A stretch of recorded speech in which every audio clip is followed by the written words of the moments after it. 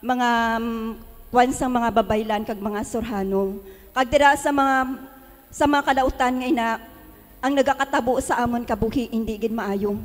Puro lang masakit na balatian si nanay manugtawas. Kag nagaupod gid siya sa iya tiyo nga nagababaylan kag nagaihaw kun sa mga baboy na abala. Kag dira mautod kay Kristo sa iya ginahimo wala sa kaybalo kun ano nagakatabo sa amon.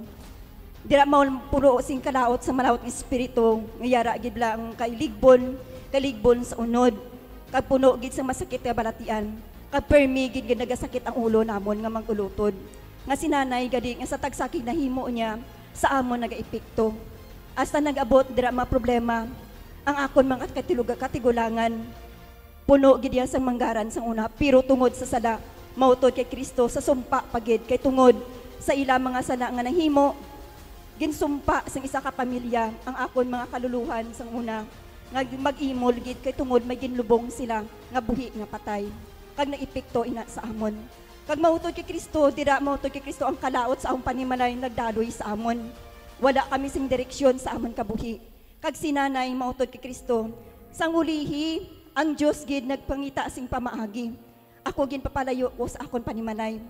May pamaagi gid kan Ginoo kag dira ning palagyan man ang isa ka utod nga gindala ako sa pag-obra kag nagumpisa sa pagsimba pero hindi pa atong tion sa pagtawag sang Ginoo. Pero nagabot ang tion ang masakit baratian grabe na nga problema sa akon. Kag dira nagpanawag ako sa Ginoo kay tungod wala na gid ako sa iban nga padulungan kag wala ako sing matuod nga abyan. Sang nagpanawag ako sa Ginoo, Lord, tuy ako sang dadan pakadto sa imo karian. Mautod kay Kristo, gindala ako sa Ginoo pagi sa radyo.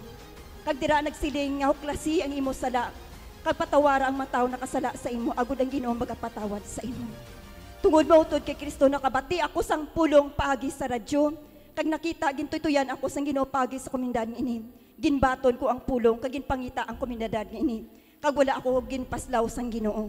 Kag mautod kay Kristo sa pagbaton ko sang pulong sang Ginoo, mautod kay Kristo amat-amat ginhilway ako kaysang una ginaposes ako kaangay ako sang walking poses tungod malaot ng espiritu ang nagagamit sa akon lawas pero mautod kay Kristo sa pagsulod ko diri sa komunidad nga ini nakabati ako sang pulong sang Ginoo ang tanan mababaylan surhano manugluyam nagpakot espiritista kag dira sa pulong hindi paghalad niyo makabataan sa altar tungod ako mismo ang akon bata ginhalad sa altar pagi sa pagbatakdungan. Kag dira mautod kay Kristo sa pagkabati ko ginsikway ko ato. Kag mautod kay Kristo sa pagbaton ko sang pulong sang Ginoo, ginilway ako sang Ginoo.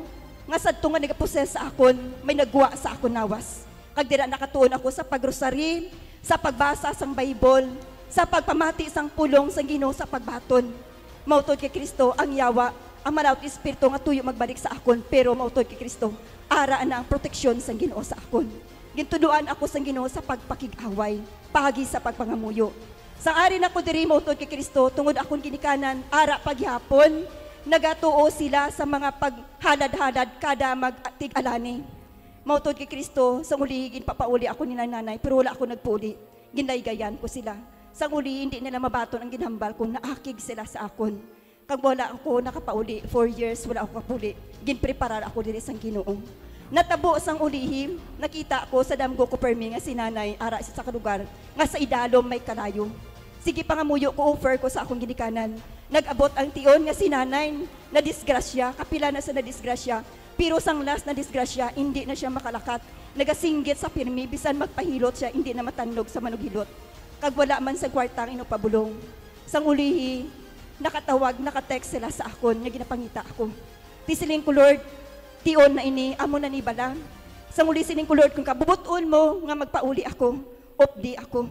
Hindi ako pag-atubanga dira sa ila nga hindi ko ikaw kaupod. Siling ko may maayo nga butang nga matabo. Ginuyatan ko ang pulong ng Diyos mag-upod sa akon. Sa tunga tayo, mautod kay Kristo. Sa pagpauli ko, mautod kay Kristo.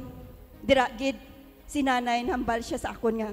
Patawara ako sa mga sala ko. Siling ko sa Ginoo kag mapangayo sing patawad tungod ba hindi maayo siya ginhambal sa akon. Parte sa Ginoo, sa pag-upod ko sa Ginoo kay pamatyagan niya, nagbuang ako. Amo na ila pagdumdum.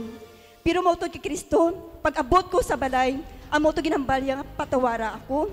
Siling ko sa Ginoo ka magpangayo sing patawaran kay wala ato sa akon.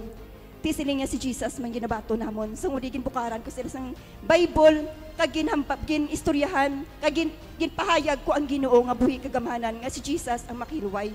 Sang uli himotod kay Kristo, nagpamati sila sa akon ni nanay kag tatay. Kag amoto sang ulihi, dira nagakalipay sa akon. Pero tungod ang gamit sang babaylan surhano, ara gid amo gina-target ko gid. Siling ko, Lord, hindi pagtitugot nga makapauli ako sa Iloilo, nga hindi ko dala ang kahilwayan sa akon maginikanan.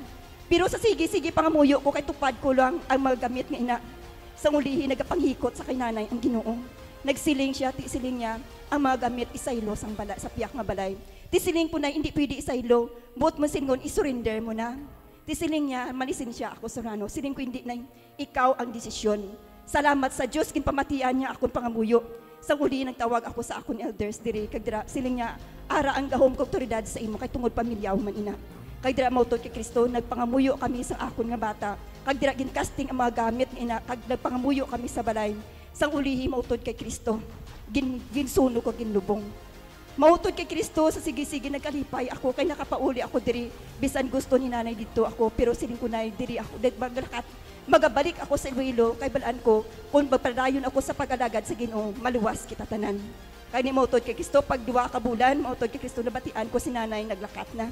Subong, nagakalabot na siya, kundiin, ginapungga na lang siya, sa paglakat, bisan 83 anyos na siya, kundiin na siya nagakalabot. Daw ano ang kaayo ang Ginoo sa akon kabuhi. Sa nagligad, may masakit ako, nabatyagan ko gidya nga, ginasunak sa akon sa kaaway nga pneumonia, tungod isa na kabulan akon ubong.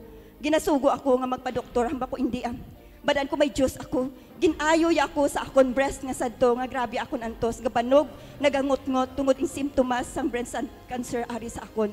Pero sang ginbaton ko ang pulong ni Jesus, nga hambal sa isa ka babaeng ari si Jesus, nagbaton akong tagipusoon, mautod kay Kristo. Dira mautod kay Kristo, ginhiluway akon breast. Batyagan nga ginbaliw, batyagan pugid nga ginlabugay akon breast tungod sa pulo nga ginbaton ko. Amo to halinan, sige-sige nga pag-attend ko. Kung ano ang akon masikit balatian, walaan ako nagapadoktor, kundi naginulsod ako sa akon mga sala. Adlaw-adlaw sa tanan nga tion, nagapangayo ako sing kapatawaran sa Ginoo. Lord, tao mo ako, hindi mo ako papabayan. Bisan sa kinawadon, subong wala na ako nagapadalom. Lord, balaan ko, hindi mo kami pagpabayan. Ikaw ang tag-iya sang tanan. Nagatuwa ko nga sa akon pagpanglakaton. Dira nagligad, bisan ang kaaway nag-inject sa akong nauna. Hindi Balaan ko, sang COVID gani, grabe na gito. Dugin COVID na gitutan, ato gani. Pero ang pulong ginatag sang Ginoo sa akon. Ang sinuman nga nagadula sang iya kabuhi para sa akon, makita niya ini. Pero ang sinuman nga nagatipik sang iya kabuhi, madula ini. Mautod kay Kristo, bisan hindi manami akong pamatsyag, ginakat ko. Kay balaan ko sa pagtuman ko sa akon Ginoo, nga akon ginagaran. Siya yung maghilway sa akon. Amen. Gani mautod kay Kristo, sa ako panglakaton, gininway ako sang Ginoo. Kag wala iya ako ginapabayan, bisan sa akon mga kabataan, kag sa amon kinanglanon sa matag adlaw nga tanan. Gintugot ini sang Ginoo nga matabo sa akon, nga kinanglan ko siya sa tanan nga tion. Nga bisan pigado ako, pero hambal ko, Lord, manggaranon ako tungod ikaw yara sa akon. Gani amo na ang pulong ginauyatan ko, Lord, ikaw yari sa akon. Gani, Lord, ginabalik ko sa imo nako dako nga pagpasalamat. Dungog kadayawan, kahimayaan sa isagid lamang kanganan. In Jesus' name, Amen.